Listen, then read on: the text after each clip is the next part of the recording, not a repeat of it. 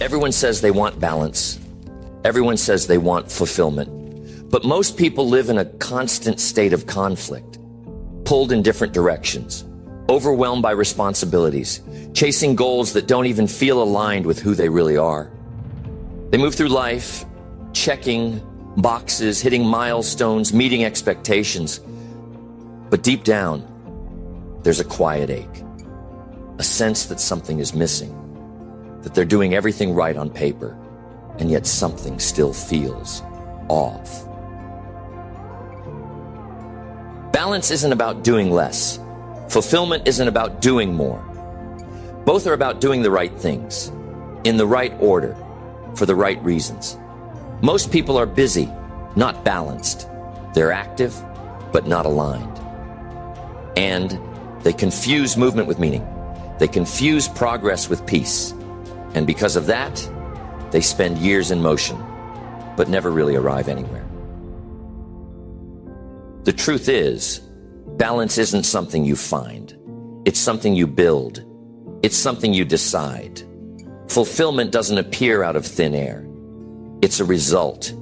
It's a product of living in harmony with your values, your purpose, your energy, your truth. And most people never experience it, not because it's impossible, but because they never stop to define it for themselves. They chase someone else's idea of success. They follow someone else's rhythm. They take on responsibilities that aren't theirs. They say yes when they mean no. They ignore what they need in order to meet what someone else expects. And over time, that disconnection creates dissonance, a subtle tension that shows up as burnout, frustration, emptiness, anxiety. But it doesn't have to be that way. You can create a life that feels whole, a life where ambition doesn't cancel out peace, where growth doesn't come at the cost of your soul, where you can win in your work without losing in your health, your family, your mental clarity. It's not a fantasy. It's a framework, and it's built on choices, habits, and awareness. Because the truth is, balance and fulfillment are not things you chase. They are things you create through clarity, intention, discipline, and alignment. And if you don't choose those things on purpose, your life will choose for you. Your time will be taken. Your attention will be hijacked. Your energy will be drained. And one day you'll wake up and realize you built a life that looked successful, but didn't feel successful. You deserve more than that. Not just more achievement, not just more comfort. You deserve depth. You deserve peace. You deserve to feel whole, and you can. But it won't happen by accident. It won't happen by default. It will only happen when you make it happen. When you decide that balance is not optional, that fulfillment is not a luxury, that your life is not meant to be a race you suffer through. It's meant to be a journey you build with meaning. This is not about lowering your standards. It's about raising them. It's about refusing to succeed in one area while collapsing in another. It's about expanding what's possible, not just professionally, but personally, emotionally, spiritually. Because the people who live the most complete lives are not the ones who had the most time or the fewest problems. They're the ones who mastered the art of living well. They knew how to create margin. They knew how to protect their energy. They knew how to say no to what didn't align, and yes to what mattered most. They knew how to show up for the people they loved without losing themselves. And they knew how to build a life that wasn't just full, but fulfilling. That's what this is about. 8 ways to create balance and fulfillment. Not abstract ideas, but real practical principles that you can live by. Principles that will give you clarity, that will help you reset, that will allow you to take control again. Because no matter how busy your life is, no matter how much pressure you're under, No matter how far off track you feel, you can rebuild, you can recenter, you can create something better. The first way to create balance and fulfillment in life is to get brutally clear on your values. Not the values you think you should have. Not the values someone told you to care about. Your real values. The ones that matter when no one's watching. The ones that guide your decisions when things get hard. The ones that define whether or not you feel proud of how you're living your life. Most people don't live by values. They live by default. They react to life. They adjust to pressure. They conform to whatever's in front of them. They become experts at survival, but forget how to lead themselves. And because they never stop to define what matters most, they spend their lives chasing everything but what they truly care about. That's where imbalance begins. When what you do doesn't match what you believe. When the way you live doesn't reflect the things you say are important. That gap creates stress, fatigue, burnout, anxiety. Not because you're weak, but because you're out of alignment. If you say family matters, but you're never home, you feel it. If you say health matters, but you haven't made space for it in years, you feel it. If you say integrity matters, but you compromise it for convenience or comfort, you feel it. That tension doesn't always show up as guilt. It often shows up as emptiness, as a quiet voice that says, something's off. You don't need to be perfect. You don't need to get everything right. But you do need to be honest. What do you actually value? What really matters to you? What are you building toward? Who are you trying to become? And do your choices reflect that? This is not a motivational exercise. It's a lifestyle audit. If you want balance, you have to build it on something solid. And values are your foundation. They're the compass that helps you say yes to what matters and no to what doesn't. They're the lens through which you make every important decision. Because the truth is, life is always going to pull at you. Work will always want more. People will always have expectations. Opportunities will always look tempting. But if you don't know your values deeply, clearly, unapologetically, you will be at the mercy of everything around you. And here's where it gets even more dangerous. When you don't live by your own values, you will start living by someone else's. You will inherit their priorities. You will absorb their pace. You will adopt their definition of success. And before long, you'll be living someone else's life. You can be achieving and still be miserable. You can be winning and still feel empty. Because fulfillment doesn't come from what you get. It comes from who you are when no one is looking.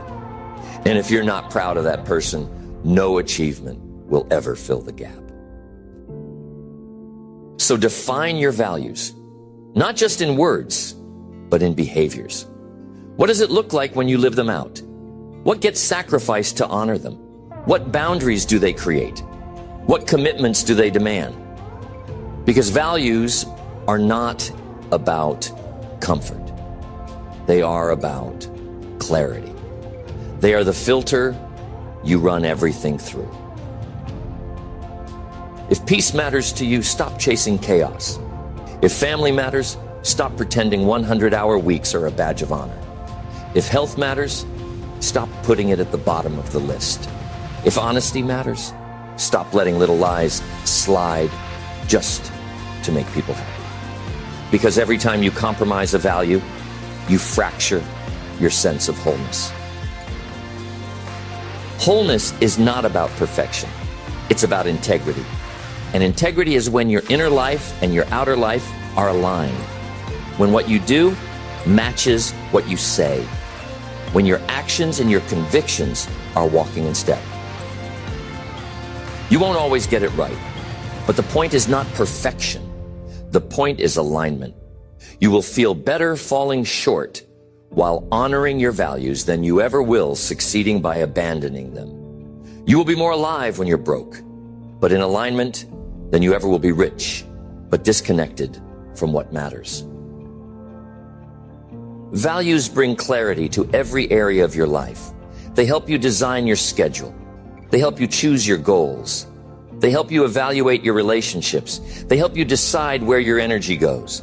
They simplify everything, because once you know what matters, you stop wasting time on what doesn't. And clarity is freedom. When you're clear on your values, you don't need to please everyone. You don't need to justify your boundaries. You don't need to compare yourself to people running a race you never wanted to join.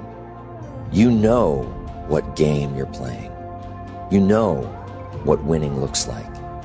And that clarity is what allows you to show up fully, without guilt, without shame, without apology. But clarity doesn't come passively.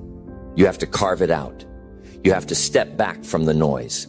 You have to ask yourself real questions and give yourself honest answers. What season of life are you in? What matters most right now? What matters always? What do you need more of? What do you need less of? What are you willing to walk away from to create something better? And once you have those answers, once you've written them down, spoken them aloud, owned them, then you begin to rebuild, slowly, intentionally, from the inside out. You rebuild your routine. You rebuild your energy. You rebuild your habits. And every piece of your life starts to reflect your truth. And that's where balance begins. Not in a perfectly distributed calendar, not in having equal time for everything, but in knowing that the time you are spending is going to what matters most.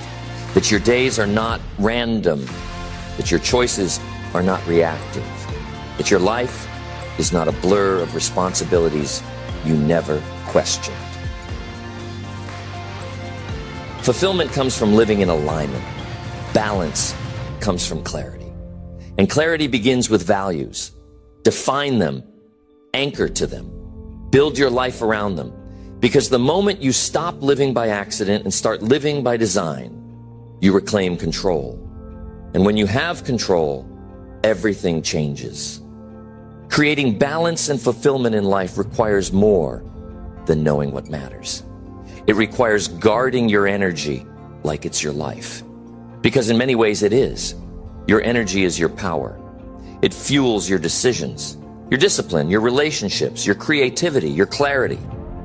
And yet most people give it away without a second thought. They wake up and start reacting.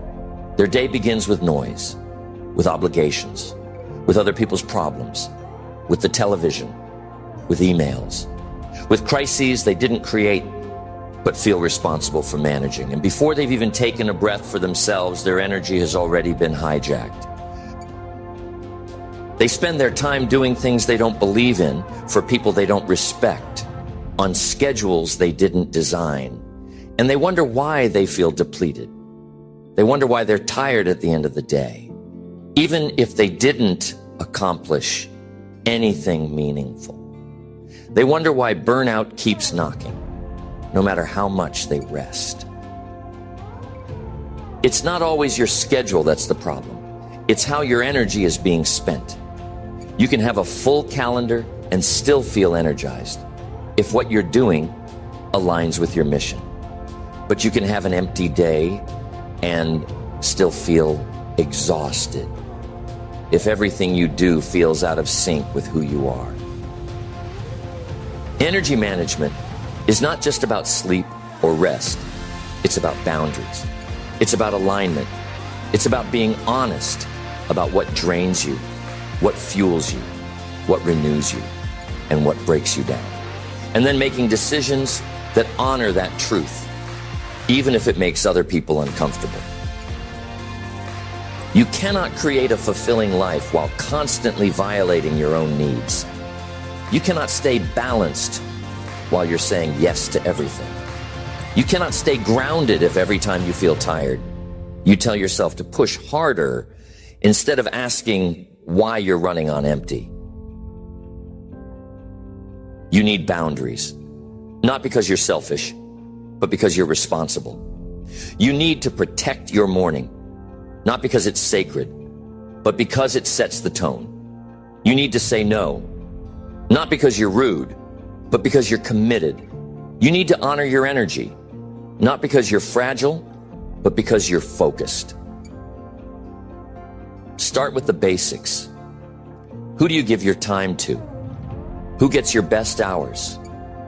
What kind of conversations are you having every day? Are they lifting you up or pulling you down? Are they sharpening you or dulling your edge?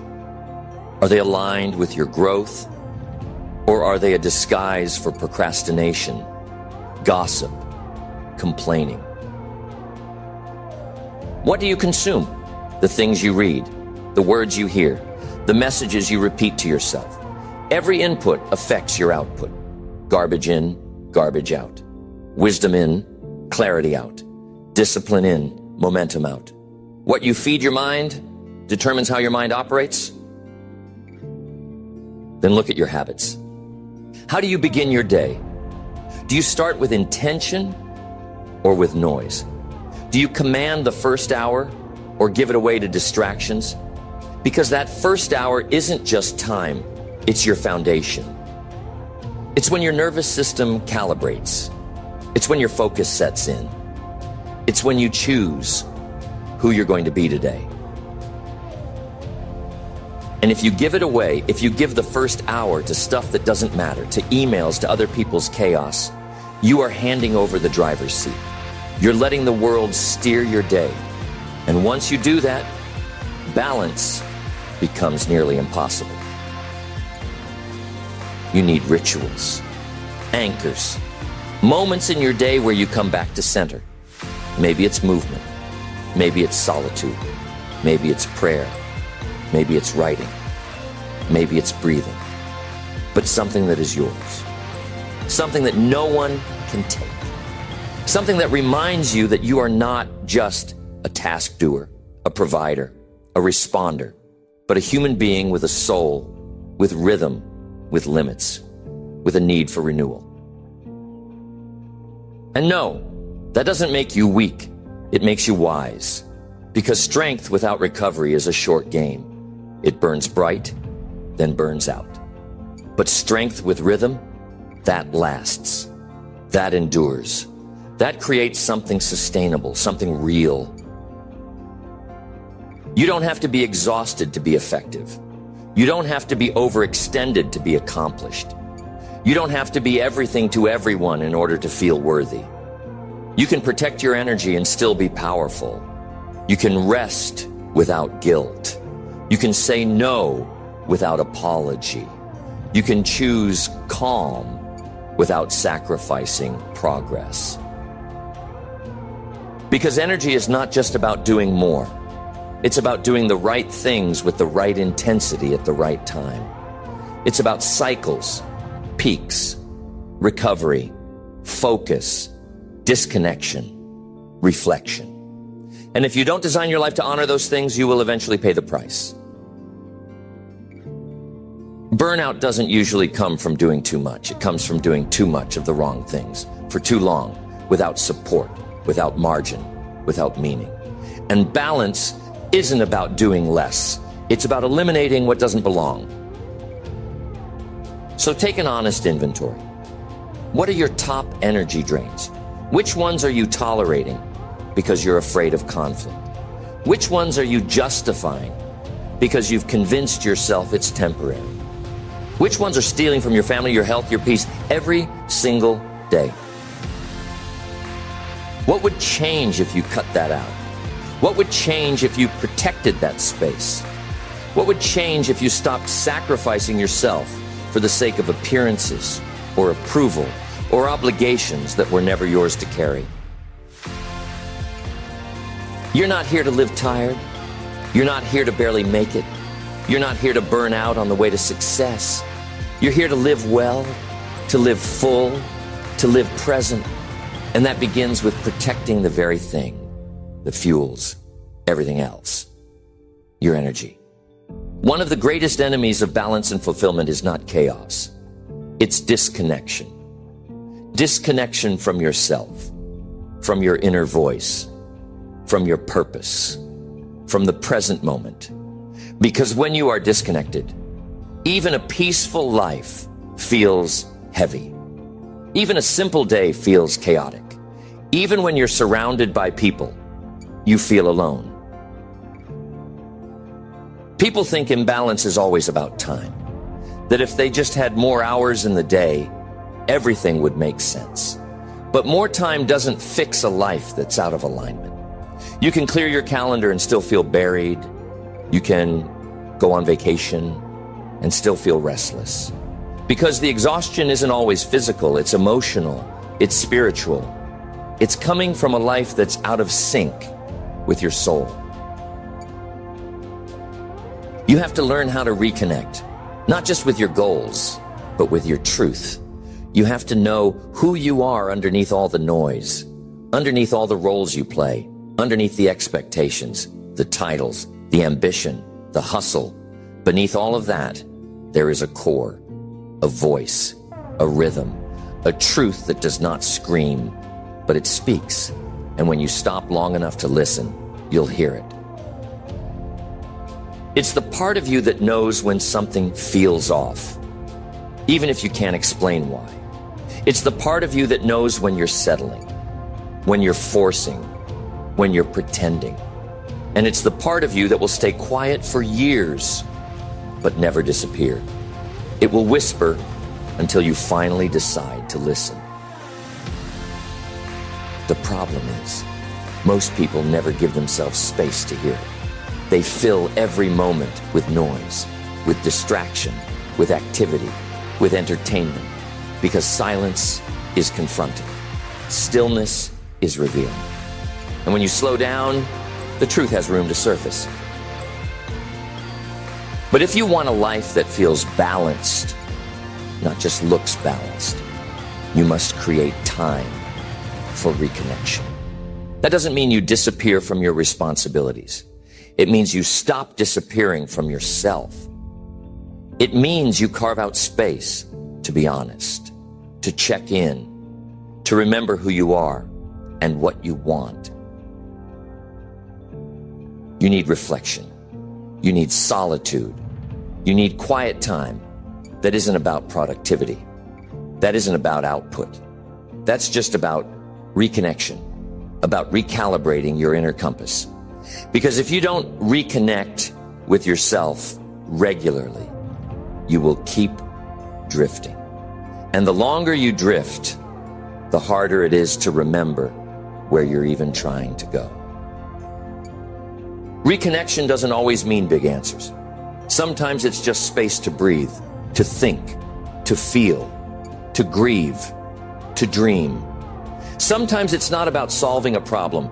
It's about remembering that you're a person, not just a machine, that you are not just what you produce, that you don't have to earn rest, that your worth isn't measured in check marks.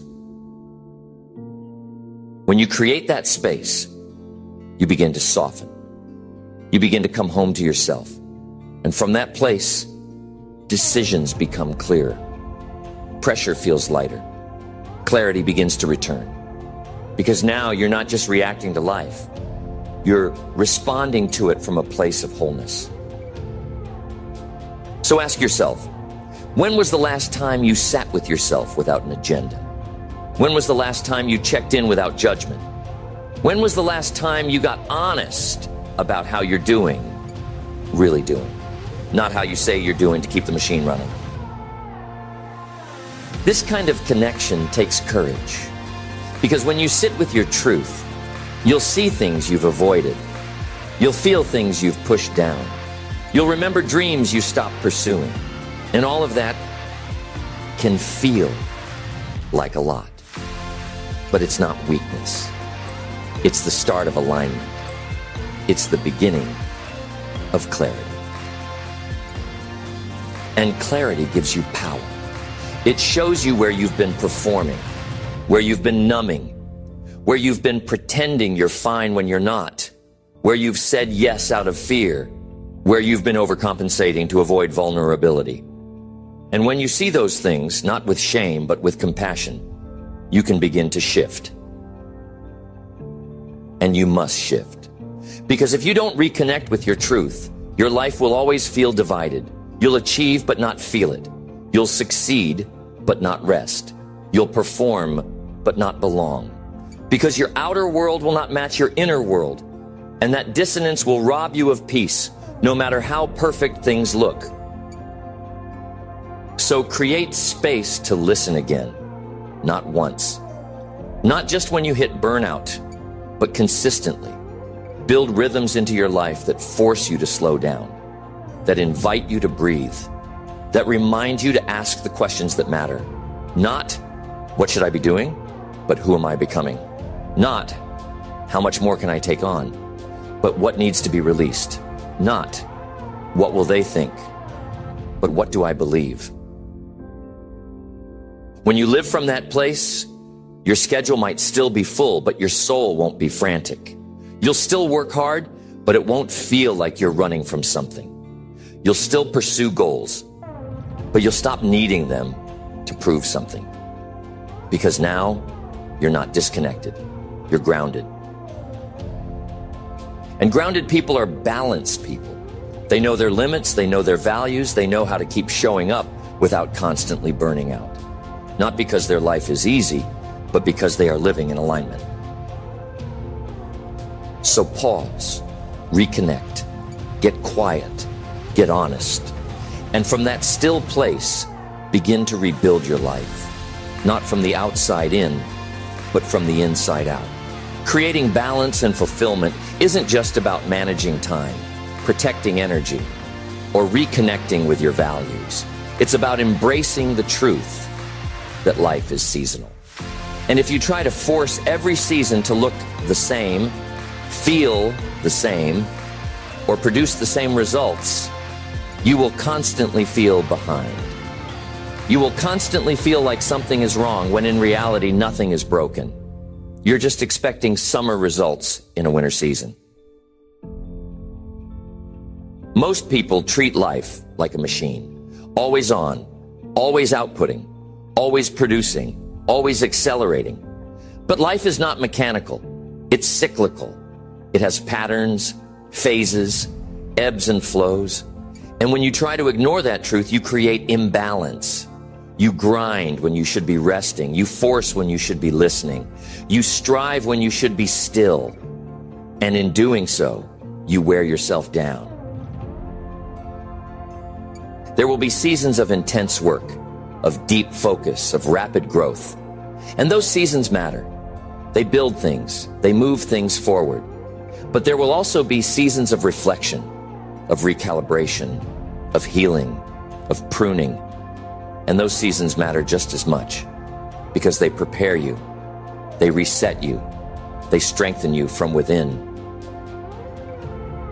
But if you don't honor the season you're in, you will constantly judge yourself by the wrong metrics.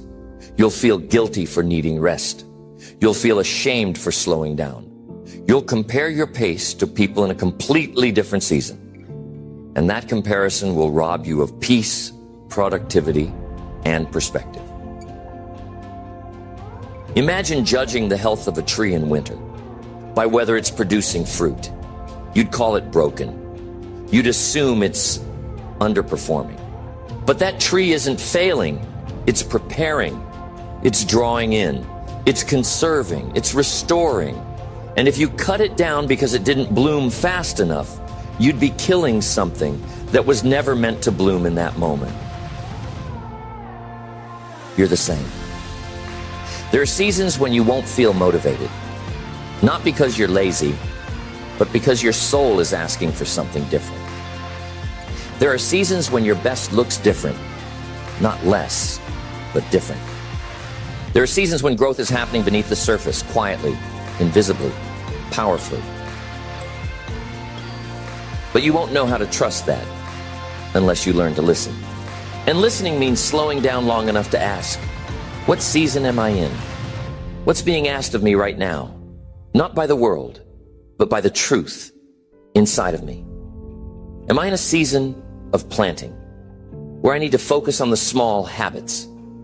Am I in a season of harvesting, where I need to capitalize on the momentum I've built? Am I in a season of pruning, where things are being removed, even painfully, to make room for something better?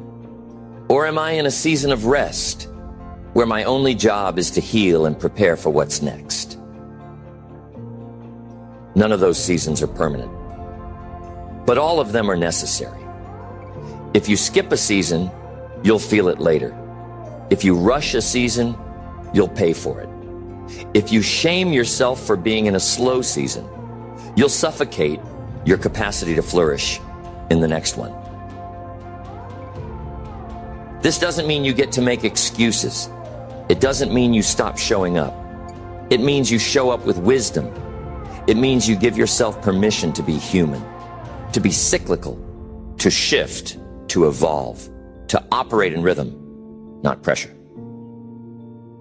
Because rhythm builds resilience. When you honor your natural cycles, your nervous system can breathe again. Your creativity can return. Your health can recover. Your joy can find its way back. You stop living in constant urgency and start living with deep, grounded intention. Balance requires rhythm. Fulfillment requires flow. And neither of those are possible when you're trying to run at full speed in a season that was meant for slowing down. The question is not, how fast can I go? The question is, what's required of me in this season? You won't always have the answers, but if you stop long enough to listen, the season will teach you. It will reveal what needs your focus, what needs to be released, what needs to be nourished, what needs to be rebuilt. The wisdom is already inside of you. You just have to stop long enough to hear it.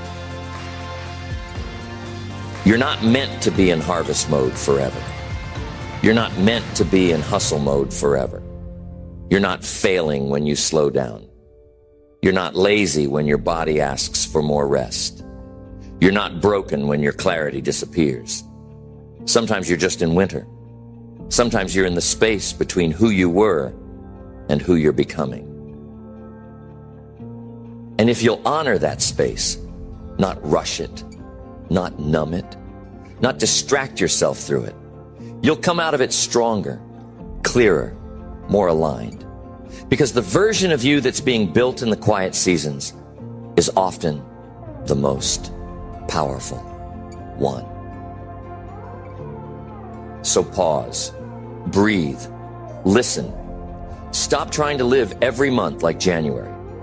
Stop punishing yourself for not blooming in a pruning season. Stop treating rest like weakness and start honoring the intelligence of your own rhythm. That's how you create balance that lasts. Not by forcing the same pace all year long, but by learning to live in cycles. By working with yourself, not against yourself. By honoring the natural wisdom in your life, your body, your spirit. If you want to create true balance and deep fulfillment in your life, you must stop chasing control and start building flexibility. Most people think control equals safety. That if they can just organize every detail, map out every outcome, and anticipate every challenge, they'll finally feel peace. But that's not peace. That's anxiety dressed up as strategy. That's fear disguised as planning. Control feels safe, but only until life doesn't cooperate. Only until things shift. Only until your carefully arranged plan collides with an unpredictable world. And when that happens, when your illusion of control falls apart, you feel lost, powerless, overwhelmed.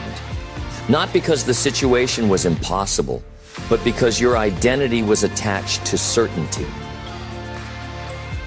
But real peace doesn't come from certainty. It comes from capacity, from knowing you can adjust, from trusting that no matter what happens, you'll find your way through. That's what creates balance. Not rigidity, but resilience. Not forcing life into a shape, but learning how to flow with its movement without losing yourself in the process. Fulfillment comes from movement, not from perfection. And the people who build the most complete lives aren't the ones who had the most perfect plan. They're the ones who knew how to adapt. They knew how to pivot without losing purpose. They knew how to bend without breaking. They knew how to loosen their grip when life demanded it and tighten their focus when opportunity arrived. So what does flexibility look like in a balanced life? It looks like making plans, but holding them lightly, setting goals, but leaving space for divine redirection, creating structure, but not worshiping it, moving with intention, but leaving room for surprise, for growth, for learning. It means learning how to shift gears without shame, how to recalibrate your pace without guilt, how to say, this was working, but it's not anymore. And that doesn't make me inconsistent. That makes me wise. Because if you stay married to a strategy that no longer serves your season, you're not being committed, you're being stuck. Flexibility is not about giving up. It's about staying in the game long enough to win. It's about adjusting the path without compromising the destination. It's about knowing the difference between persistence and pride. One keeps you grounded, the other keeps you blind. The world is going to change. People will change. Circumstances will shift. Your energy will fluctuate. Your roles will evolve. And if you refuse to evolve with them, if you keep trying to live today with yesterday's framework, you will suffer. You will burn out. You will feel like everything's falling apart, when in reality, everything is just trying to shift into a new pattern.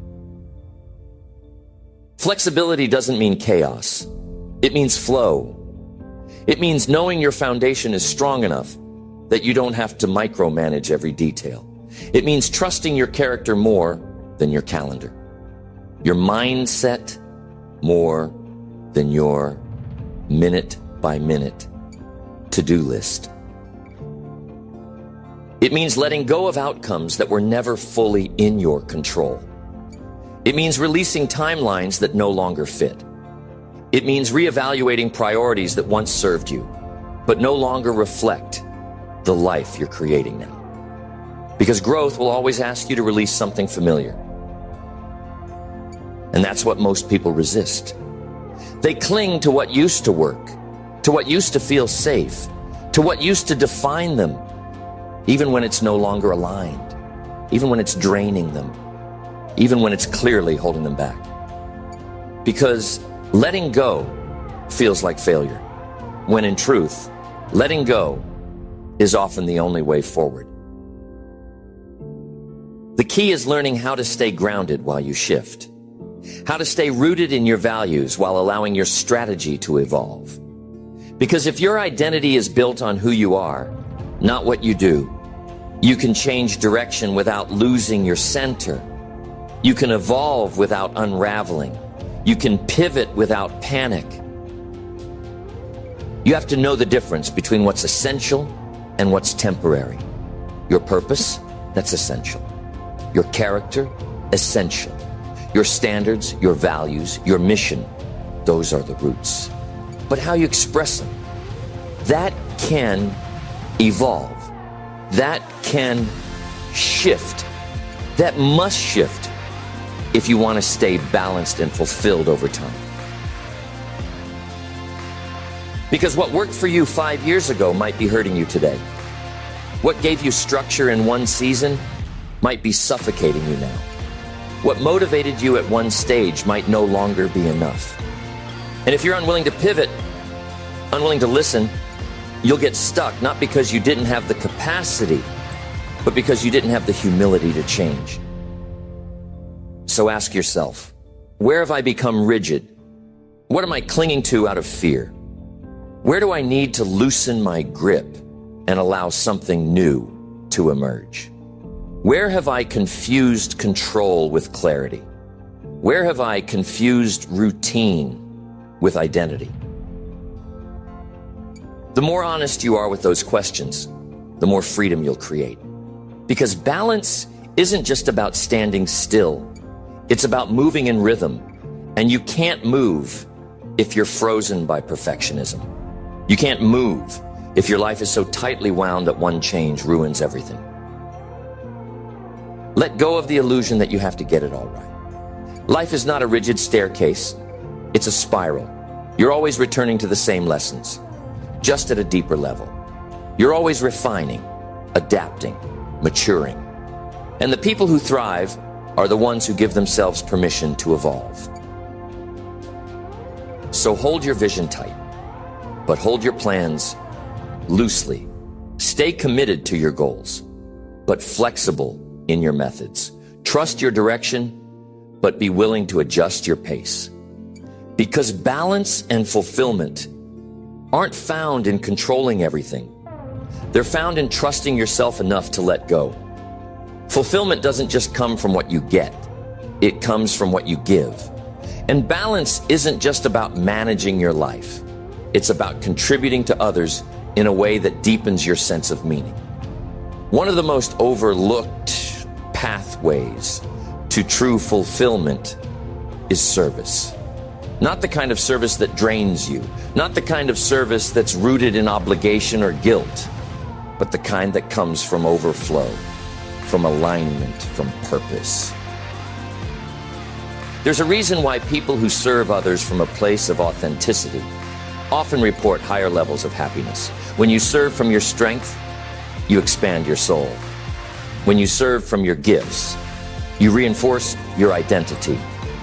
When you serve from your truth, you grow your impact, and impact is one of the deepest sources of fulfillment. We were not built to live self-contained lives. We were not designed to spend our days thinking only of ourselves. We were wired for contribution, for connection, for legacy. And when you ignore that wiring, you may build success, but it will be empty. You may achieve your goals, but they'll feel hollow. Because success without service is achievement without meaning. That doesn't mean you give everything away. That doesn't mean you sacrifice yourself in the name of helping others. Real service doesn't diminish you. It multiplies you. It nourishes you. It awakens something inside of you that no amount of personal gain can replicate. But for service to bring fulfillment, it must be rooted in authenticity. You must serve from alignment, not from performance. You must give because it's an extension of who you are, not because it's a strategy for validation. The moment service becomes about how it looks instead of how it feels, it starts to fracture your center. So ask yourself, where am I giving from? Is it from a place of joy or a place of fear? From a place of truth or a place of performance? Am I doing this to contribute or to be seen? To express my soul or to earn my worth? Because when you give from the right place, you don't burn out. You burn brighter. You feel more alive, more connected, more whole. Not because you're being praised, but because you're being useful. You're being true. You're being the kind of person you can be proud of when you lay your head down at night. Service brings perspective. When you focus only on your own problems, your own stress, your own goals, your world becomes small. Your energy becomes self-contained. Your mind loops around the same worries. But the moment you reach out, check in on someone, offer encouragement, help carry someone else's burden, you create space. You break the loop. You lift yourself as you lift others. Fulfillment is rarely found in isolation. It's forged in contribution. And balance isn't always about subtracting. It's sometimes about adding something that gives your life greater weight and meaning. Not more pressure, more purpose. This doesn't require a stage. It doesn't require a platform. It doesn't require a perfect plan. Sometimes service is checking in with a friend. Sometimes it's showing up for your family when they're tired. Sometimes it's leading by example in silence. Sometimes it's being consistent when everyone else is inconsistent. Sometimes it's doing what's right when no one's watching and never needing credit for it. And that kind of contribution, that quiet leadership, is often what transforms lives the most. Not with speeches, but with presence. Not with grand gestures, but with reliability. Not with perfection, but with authenticity. Your life has power. Your voice, your story, your energy. Those are tools of transformation, but you have to use them, not for applause, but for impact. Because the people who are most fulfilled are the ones who found a way to pour their life into something bigger than themselves. They realize that purpose isn't just a personal journey. It's a shared one. That your gifts weren't given just for your own gain. They were given so you could raise others, encourage others, heal others, challenge others, remind others. And when you live that way, you create legacy. You create ripples. You build something that outlives your schedule, your productivity, your metrics. You create meaning that cannot be measured in hours, dollars, or followers. Meaning that is felt, not counted. That's what service can do. That's what contribution unlocks. It gives your life a rhythm that no amount of personal success can replicate. It brings back your why when the what gets heavy. It centers you when the journey feels overwhelming. It reminds you that you are here for more than just checking off goals. You are here to leave people better than you found them. And that doesn't require perfection. It requires presence. It requires intention. It requires being willing to show up as you are and to pour out what you've got, even if it doesn't feel like much. Because sometimes your small offering is the exact thing someone else needed to keep going. So build your life with room for service, not as an afterthought, but as a pillar.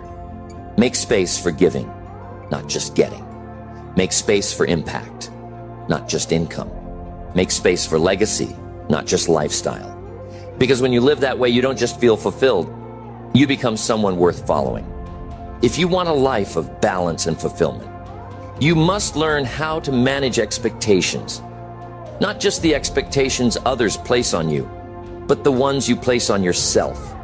Because expectations shape emotion. Expectations shape pressure. Expectations, if left unexamined, can turn your entire life into a constant state of disappointment, even when things are going well. Most people are exhausted not because life is too hard, but because their expectations are too rigid. They've built a picture in their mind of what things are supposed to look like. And anytime reality doesn't match it, they feel like they're failing. They feel behind. They feel broken. Not because anything is wrong, but because they expected something different. You expected your career to grow faster. You expected your marriage to feel easier. You expected your progress to be smoother. You expected to feel happier, more accomplished, more grounded by now. And because your life doesn't match that picture, you're suffering. Even if the reality you're living isn't bad, the gap between expectation and experience is creating pain. But what if the problem isn't the experience? What if the problem is the expectation? What if the thing making you feel behind isn't your pace, but your comparison? What if the pressure you feel isn't coming from your life, but from the story you're telling yourself about what your life is supposed to be by now. This doesn't mean you stop having standards. It doesn't mean you stop aiming high. It means you start leading with perspective. It means you start holding your expectations loosely enough that they don't strangle your gratitude. Because when expectations become rigid, they rob you of presence. They keep you obsessed with what's missing. They blind you to what's working. They trap you in a mental loop of never enough. And there's no balance in that place. There's no fulfillment in that place. Because no matter how far you go, it's never far enough. No matter what you achieve, it's never impressive enough. No matter how much you grow, you're still behind in your own mind. If you want peace, you must separate progress from perfection. You must separate reality from fantasy. You must stop judging your journey by timelines that were never rooted in truth. Who told you had to have it all figured out by now? Who told you that setbacks meant failure?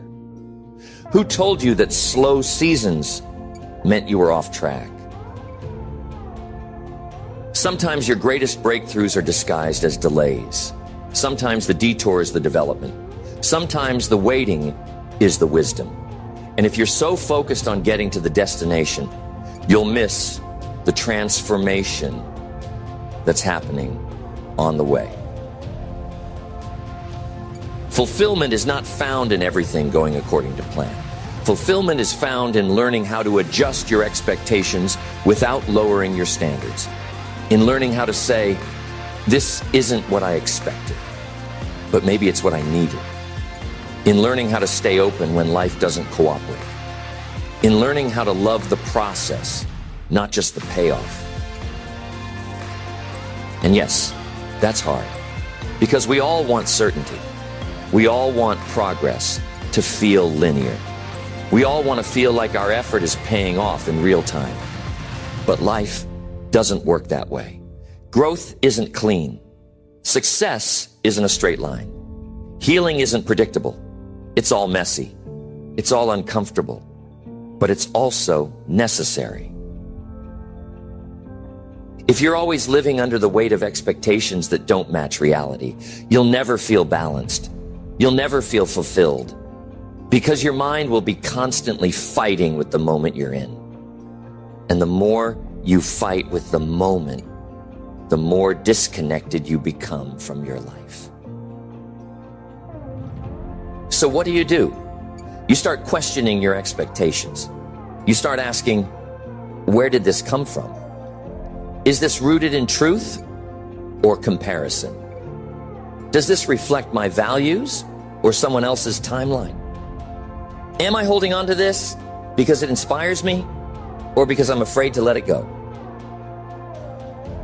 And then you start giving yourself grace. You start measuring your life not by perfection, but by alignment. Not by speed, but by depth. Not by external milestones, but by internal peace. You start realizing that it's okay for your journey to look different. It's okay for your progress to be unconventional. It's okay for your timeline to be yours. And when you do that, something incredible happens. You start feeling lighter, more present, more grateful. Not because everything suddenly got easier, but because you're no longer punishing yourself for things you were never meant to control. You start noticing what's working. You start celebrating small wins. You start giving yourself credit. You start enjoying the work, not just enduring it. And in that shift, you begin to build a kind of motivation that isn't rooted in lack, but in joy. A kind of discipline that isn't fueled by shame, but by vision. This is not about lowering your standards.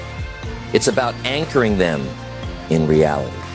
It's about building your goals on a foundation that can carry your weight, not one that collapses every time life doesn't match your expectations. Balance comes from the freedom to change without falling apart. Fulfillment comes from the grace to evolve. without feeling behind. And both begin when you stop worshiping perfection and start honoring your path. If you want to create lasting balance and real fulfillment in your life, you have to master the art of being present, not just physically, but mentally, emotionally, spiritually. Because no matter how aligned your values are, no matter how carefully you've managed your energy, no matter how thoughtful your goals or generous your service, if you are not present for your life, you will miss it. Presence is not just a mindset. It's a discipline, a habit, a muscle that must be built, strengthened, and protected in a world that's designed to scatter your focus. Everywhere you turn, there's a distraction, a commercial, a headline, a demand for your attention. And without intention, you'll start reacting to life instead of living it. And when that happens, when your body is here but your mind is somewhere else, you disconnect from the very thing that creates joy. You disconnect from your senses, from your people, from your peace, from the small, sacred moments that make your life rich, even when they're quiet, even when they're simple. We think fulfillment is always a result of something big, something impressive. But so much of what fills you is small. The sound of laughter around the dinner table, the way your breath feels in the morning light, the quiet satisfaction of finishing something you said you would, the feeling of giving your full attention to someone who needed it, the peace of knowing you didn't rush through your day, you lived it. But most people miss those moments, not because they're not there, but because they're never still long enough to feel them. They're living in the past, replaying mistakes, regrets, conversations that already happened. Or they're rushing into the future, chasing goals, solving problems that haven't even arrived yet. And in that hurry, they lose the only place where life can actually be lived, here now. Being present is not about doing less. It's about doing what you're doing with your whole self. It's about slowing down enough to engage with the moment in front of you, not just as a means to an end, but as an experience to be felt, a memory to be built, a breath to be received. Presence isn't just about mindfulness, it's about integrity. Because if your body is with your family, but your mind is still at work, you're not fully there. If you're working on your goals, but distracted by doubt, fear, or the need to be somewhere else, you're not fully present. And you cannot build a fulfilling life out of half-hearted presence. We have to retrain ourselves to come back to this breath, back to this room, back to this moment. Because this moment is the only one that's real. The past is a memory. The future is a guess. The only thing you can actually influence, the only place where real power exists, is right here. Presence brings clarity. When you're here, you see more clearly. You listen more deeply. You feel more grounded. You make better decisions. You stop missing the life you're actually living.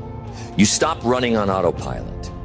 You stop numbing, checking out, drifting, and you start engaging. You start choosing.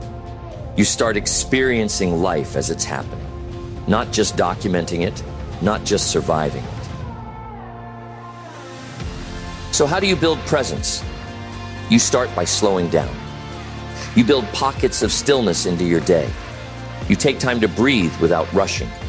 You remove noise from your life, not just digital, but emotional. You practice single tasking. You train your brain to stay with one thing at a time, even if it feels uncomfortable at first.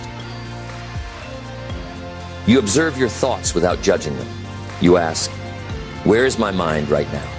You gently bring it back, again and again. Not because you're doing it wrong, but because that return, that reset, is the practice. That's the growth. That's where you begin to reclaim your awareness. You practice gratitude, not just in lists, but in your attention. You notice the taste of your food, the way your feet feel on the floor, the sound of someone's voice you love, the quiet spaces between moments that used to feel empty, but are actually full of life when you slow down long enough to hear them.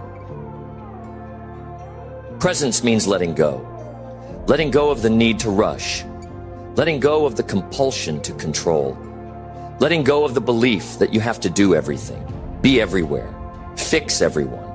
It means trusting that who you are and where you are is enough for this moment, and that showing up fully is more powerful than showing up perfectly.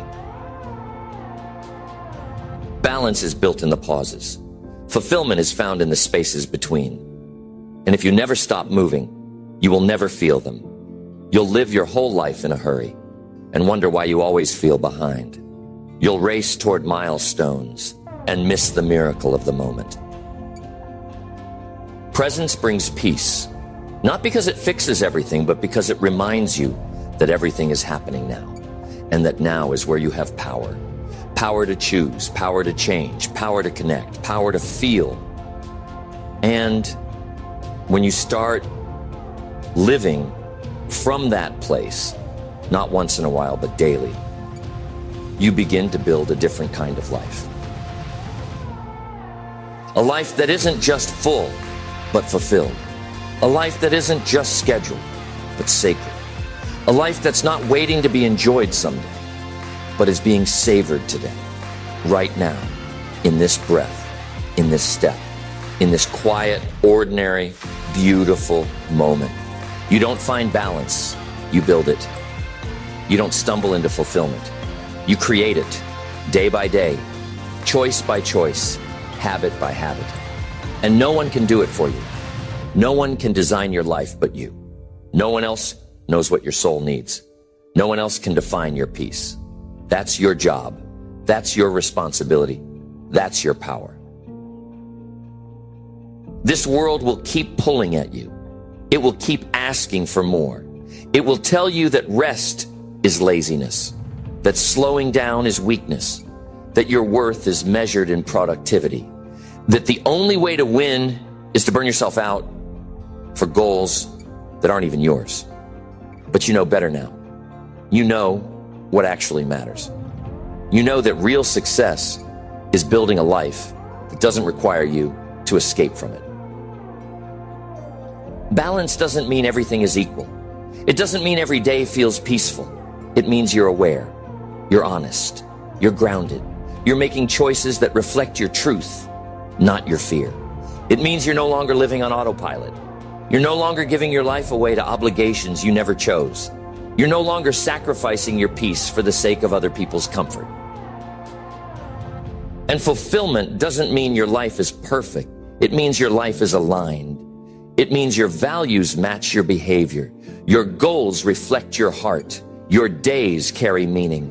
Not every moment, but enough moments, enough clarity, enough presence, enough joy that you know you're not just surviving, you're actually living. So what does that look like moving forward? It looks like clarity. Clarity around your values, so you can filter every choice through what matters most. It looks like protecting your energy, not once in a while, but every day. Because your energy is what fuels your focus, your love, your creativity. Without it, nothing lasts. It looks like creating space to reconnect, not just when you hit burnout, but proactively, regularly. Building rhythms that bring you back to yourself, that help you hear your own voice again, that remind you that you're not a machine. You're a human being with a body, a spirit, a rhythm. It looks like honoring the season you're in, not fighting it, not rushing it, not judging it, just being in it, learning from it, letting it shape you, letting it teach you what no podcast or book or strategy ever could, because the wisdom of your own life is more powerful than anything you'll find in a headline. It looks like staying flexible, letting go when the plan no longer fits, pivoting when the old version of you is holding back the new one, loosening your grip on control and tightening your grip on trust. Because what matters most won't always show up how you expected. And if you're too rigid, you'll miss it. It looks like serving, giving, contributing, not to earn your worth, but because you've remembered it, because you're full, and because a life of meaning is built not just in what you build for yourself, but in what you help others become. It looks like managing expectations, evolving your timeline, letting go of the fantasy of what your life was supposed to be, so you can fully step into the one that's trying to grow right in front of you. The one that's quieter, slower, maybe even simpler, but more honest, more beautiful, more you. And it looks like being present, really present, because life is not happening later. It's happening now, in your breath, in your decisions, in the time you have with the people you love, in the way you treat yourself when no one is watching. That's your real life, and it's worthy of your full attention. This is not a one-time shift. It's a daily return, a daily remembering, a daily decision to live well, not perfectly, but fully. Because at the end of the day, your peace is not found in how much you did. It's found in how well you lived. And when you look back, you won't remember the chaos you escaped. You'll remember the moments you were fully there. You were built for this kind of life. One with depth, one with meaning, one with balance. Not because everything was easy, but because you chose to live in alignment. One with fulfillment, not because everything went according to plan, but because you chose to live it with intention.